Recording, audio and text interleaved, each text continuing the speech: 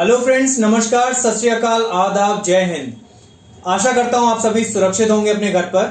आप सभी का स्वागत है एक बार फिर से आपके YouTube चैनल सर वीरेंद्र में। अभी मैंने पिछली जो वीडियोस बनाई हैं उसमें मैंने दो टॉपिक्स कवर करे हैं। सबसे पहला हमारा इंग्लिश टर्म्स, जिसको मैंने दो वीडियोस में कवर करा था। पहले में 15 टर्म्स, दूसरे में 15 टर्म्स। दूसरी जो वीडियो मैंने बनाई है उसमें मैंने टॉपिक कवर करा था पार्ट्स ऑफ स्पीच। आज हमारी तीसरी वीडियो बनने जा रही है जिसमें मैं कवर करने वाला हूं आर्टिकल्स। हमारा तीसरा टॉपिक आर्टिकल्स। आप सभी को पता होगा हम आर्टिकल्स यूज करते हैं a and the. Total articles कितने प्रकार के होते हैं? दो टाइप के, definite article and indefinite article. Indefinite article होते हैं हमारे ए एंड एन। दो टाइप के होते हैं indefinite article, a and an. Definite article the, definite article the. तो सबसे पहले हम सीखते हैं indefinite article a and an के रूल्स, कि हम उसे कहां लगाते हैं, क्यों लगाते हैं और कैसे लगाते हैं। तो सबसे पहले इनडेफिनेट आर्टिकल ए को हम यूज करते हैं in front of consonant sounds. In front of consonant sounds. मैंने अपनी पहली वीडियो में पढ़ाया था आपको 21 कॉन्सोनेंट्स होते हैं, लेकिन अभी मैंने आपको बताया कि आर्टिकल ए हम लगाते हैं कॉन्सोनेंट साउंड्स के आगे। कॉन्सोनेंट्स के आगे नहीं, कॉन्सोनेंट साउंड्स के आगे। तो बेसिकली अगर कोई वर्ड हमारा कॉन्सोनेंट से शुरू होता है तो ये जरूरी नहीं कि उसके सामने ए ही आएगा। उसका जो प्रोनाउंसिएशन है वो प्रोनाउंसिएशन बताएगा कि उसके सामने ए आएगा या एन आएगा। इसी प्रकार एन हम लगाते हैं वॉवल साउंड्स के आगे। मैं दोनों का एग्जाम्पल भी आपको बताता हूं। अगर आप इंग्लिश वर्ड HOUR लिखते हैं तो इसको हम जो लिखने में अगर रिटन इंग्लिश में देखें तो HOUR लिखते हैं। H हमारा कॉन्सोनेंट है, लेकिन फिर भी इसके सामने A आर्टिकल नहीं आता, N आर्टिकल आता है। NR करके बोलते हैं हम इसे। क्यों? क्योंकि R को जब हम प्रोनाउंस करते हैं HOUR को, तो इसमें H साइलेंट होता है और H साइलेंट होने की वजह से इसको हम R प्रोनाउंस करते हैं। साउंड आ वॉवल की आती है, इसलिए हम इसके सामने N लगाते हैं। सेम इसी प्रकार हम जब ईयर बोलते हैं YEAR, इसमें साउंड य की आती है, ईयर। तो इसमें हम जो वॉवल है वो N ना लगा के हम अ यूज करते हैं, a year. An year pronounce नहीं करते। इसी प्रकार यूनिवर्सिटी, य की साउंड आती है, य एक कॉन्सोनेंट साउंड है। यूनिवर्सिटी, यू एक वॉवल है, फिर भी हम इसमें अ यूनिवर्सिटी लगाते हैं, एन यूनिवर्सिटी नहीं लगाते हैं। आई होप आपके ये समझ में आया होगा। इसी के साथ आगे चलते हैं article the pay. Definite article the. Definite article the को अगर हम यूज करने की बात करें तो इसके कुछ रूल्स एंड रेगुलेशंस हैं। अगर हम टोटल रूल्स देखें, जो टोटल रूल्स हमारे अगर बुक में आप देखोगे तो 38 से लेकर 42 रूल्स तक दिए जाते हैं। इतने रूल्स आपको याद करने की जरूरत नहीं है। कुछ उसमें से रूल्स हैं जो मैं आपको बताऊंगा जिससे आप उसको इजीली यूज कर सकते हो। कई बार आपने देखा होगा, बहुत लोगों की एक प्रॉब्लम होगी कि हर जगह हम द का यूज कर देते हैं, जो यूज करना गलत होता है। तो बेसिकली द हम यूज करते कहां पर हैं? द का यूज कुछ नियम कायदे कानून के साथ होता है। उसमें से सबसे पहला नियम है, द हम यूज करते हैं सुपरलेटिव डिग्री के सामने। मैंने अपनी फर्स्ट वीडियो टर्म्स में, इंग्लिश टर्म्स में बताया था, जहां मैंने positive degree, comparative degree and superlative degree पढ़ाया था। उसमें बताया था कि सुपरलेटिव डिग्री से पहले द का यूज होता है। अब सुपरलेटिव डिग्री होती क्या है? हमारा जो एडजेक्टिव है, जो मैंने पहले समझाया था, एडजेक्टिव जो विशेषता बताता है नाउन एंड प्रोनाउन की, इसमें हाईएस्ट फॉर्म हमारी सुपरलेटिव डिग्री कहलाती है। Thin, thinner, thinnest, thick, thicker, thickest. इसी तरह से जो लास्ट हमारा जो सुपरलेटिव डिग्री है उसके सामने हम हमेशा द का यूज करते हैं। सेकेंड रूल द का यूज करने के लिए, किसी भी चीज में जो भी चीज पर्टिकुलरली आप उसको अगर बोलते हो, either you make it particular or it has to be particular by nature। तो कोई भी चीज particular by nature कैसे बनेगी? जब वो यूनिक होगी। यूनिक चीज नेचर से क्या है? Planets, sun, earth, moon, rivers, mountains etcetera. Man made unique चीज क्या है?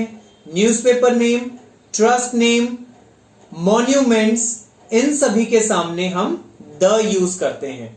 तो यूनिक चीज के बारे में आपको पता चला, कोई भी यूनिक चीज अगर होती है तो आप द यूज करते हो, या किसी पर्टिकुलर चीज के बारे में द यूज करते हो। मैं एक एग्जांपल भी बताता हूं।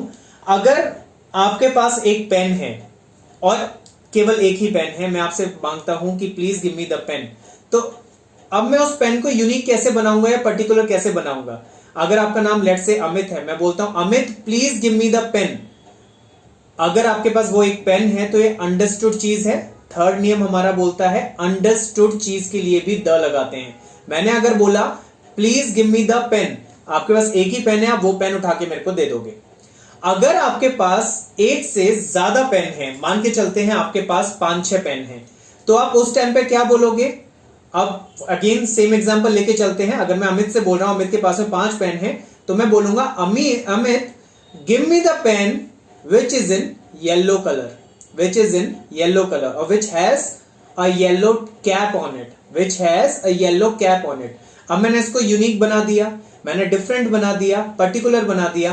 अब अमित मेरे को ये पेन देगा। तो बेसिकली अगर हम किसी भी चीज के बारे में बात करते हैं और वो यूनिक बना देते हैं, या वो सिंगल चीज है, अंडरस्टूड चीज है, तो हम उसके सामने भी द लगाते हैं। 3 नियम पढ़े हमने। Superlative degree, second unique by nature और unique by man made things, और थर्ड हमने पढ़ा पर्टिकुलर चीज या अंडरस्टूड चीज। अब अंडरस्टूड चीज और कैसे होगी?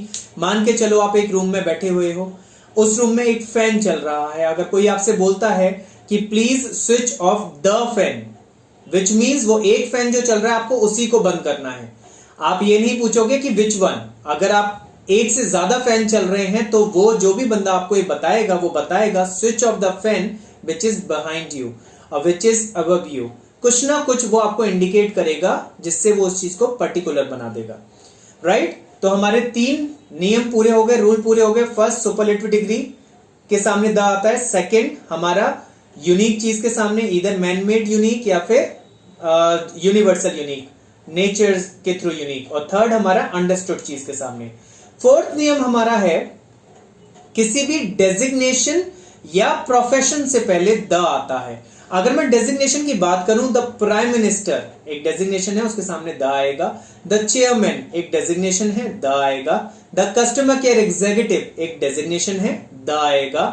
The banking professional, banking profession है, उसके सामने द आएगा। द मार्केटिंग जॉब एक प्रोफेशन है मार्केटिंग का, द आएगा। The retail job, the retail job, retail एक प्रोफेशन है, उसके सामने द आएगा। तो हमारा फोर्थ नियम किसी भी प्रोफेशन या फिर डेजिग्नेशन से पहले द आता है। इसी के साथ हम अपने 5वें नियम पे चलते हैं। किसी भी ऐसी कंट्री के नेम के सामने द आएगा जिसमें स्टेट, रिपब्लिक या किंगडम लगा हो। हम कभी भी द इंडिया नहीं बोलते। अगर हम बोलेंगे द रिपब्लिक ऑफ इंडिया तभी हम द यूज करेंगे, अदरवाइज द इंडिया नहीं बोलेंगे। हम द चाइना नहीं बोलेंगे, द रिपब्लिक ऑफ चाइना बोलेंगे। द अमेरिका नहीं बोलेंगे, the United states of America बोलेंगे। द लंदन नहीं बोलेंगे, द यूनाइटेड किंगडम बोलेंगे। तो किसी भी कंट्री के सामने, किसी भी कंट्री के नेम में अगर रिपब्लिक, स्टेट्स और किंगडम आता है तो हम उसके सामने द लगाते हैं। 6th नियम की तरफ चलते हैं। 6th नियम आपका बोलता है किसी भी नेशनैलिटी, किसी भी नेशनैलिटी के सामने हम द लगाते हैं, या फिर plural name of the country के सामने हम द लगाते हैं। नेशनैलिटी कैसे हुआ? इंडियन की नेशनैलिटी इंडियंस, पाकिस्तान की नेशनैलिटी पाकिस्तानीज, अफगानिस्तान की नेशनैलिटी अफगानिस्तानीज। तो the Indians, the Pakistanis, the Sri Lankans, the Afghanistanis, the Australians, the Americans etcetera. इसी के साथ मैंने जो बताया कि plural name of the country, the Netherlands, the Philippines, जहां पे भी plural name of the countries आता है उसके सामने भी आप द का यूज करते हो। इसी के साथ हम 7th पॉइंट पे चलते हैं। अगर किसी वर्ड के बारे में आपने एक सेंटेंस में ऑलरेडी उस वर्ड को यूज किया है, तो उसी वर्ड को अगर आप आगे सेंटेंस कंटिन्यू करते हो और उस वर्ड को यूज करते हो तो उसके सामने द आएगा। आपकी स्क्रीन पे एक एग्जांपल है, मैं अगर एक एग्जांपल बोलता हूं कि राहुल फाउंड अ पेन, तो मैंने पेन के सामने आर्टिकल अ लगाया है, राहुल फाउंड अ पेन। लेकिन इसी सेंटेंस को मैं कंटिन्यू अगर करूं कॉमा लगा के, the pen is in yellow colour, the pen, मैं इसी पेन के बारे में अगर बात करूंगा तो मैं इस टाइम इसके सामने द यूज करूंगा। Rahul found a pen, the pen is in yellow colour, तो मैं उसके सामने द यूज करूंगा। इसी के साथ हम हमारे 8वें नियम पे चलते हैं। 8th हमारा जो नियम है, 8th जो रूल है, वो बोलता है कि किसी भी डायरेक्शन के सामने, stand alone direction, north, east, west, south, ये हमारे 4 डायरेक्शंस होते हैं। इन 4 डायरेक्शन के सब डायरेक्शंस भी होते हैं, नॉर्दर्न, ईस्टर्न, वेस्टर्न, सदर्न। हम द यूज करते हैं स्टैंड अलोन डायरेक्शंस के सामने, नॉर्थ, ईस्ट, वेस्ट, साउथ। हम सब डायरेक्शंस के सामने द यूज नहीं करते, the northern, the western, the eastern, the southern हम यूज नहीं करते। हम इन टोटल 8 पॉइंट्स के को अगर माइंड में याद रख लें तो आई कैन गारंटी कि आप द का यूज सही से करोगे। इसके बहुत सारे छोटे छोटे और नियम हैं जो ब्रेक किए जाते हैं, बट अगर आप ये मोटे मोटे नियम अगर याद रख लो, आई कैन गारंटी कि आप कभी भी किसी के सामने गलत इंग्लिश नहीं बोलोगे। इसी के साथ हमारा ये आर्टिकल्स टॉपिक खत्म होता है। इसकी एक एक्सेप्शन टेबल है जो मेरी डिस्क्रिप्शन में आप देख सकते हैं। एक्सेप्शन टेबल में 40 डिफरेंट वर्ड्स है जिसके सामने ए और एन लगाया जाता है। एक्सेप्शन टेबल बोली ही इसलिए जाती है क्योंकि उसका कोई रूल एंड रेगुलेशन नहीं होता। तो एक्सेप्शन हम ऑब्वियसली उस चीज के लिए देते हैं जिसपे कोई रूल नहीं अप्लाई होता। आप इसको डिस्क्रिप्शन में देख सकते हैं। किसी भी चीज का इसमें अगर आपको समझ में ना आया हो या मेरी किसी भी प्रीवियस वीडियो में आपको कुछ भी चीज समझ में ना आई हो, प्लीज कमेंट करके जरूर बताएं। मैं ट्राई करूंगा कि मैं आपका आंसर जल्दी से जल्दी कर सकूं। आई होप कि आपको ये वीडियो पसंद आई होगी। सभी से रिक्वेस्ट है अपनी फैमिली फ्रेंड्स में शेयर करें, सब्सक्राइब करें, लाइक करें एंड सुरक्षित रहें। इस पेंडेमिक में अपनी जान बचाने की कोशिश करें।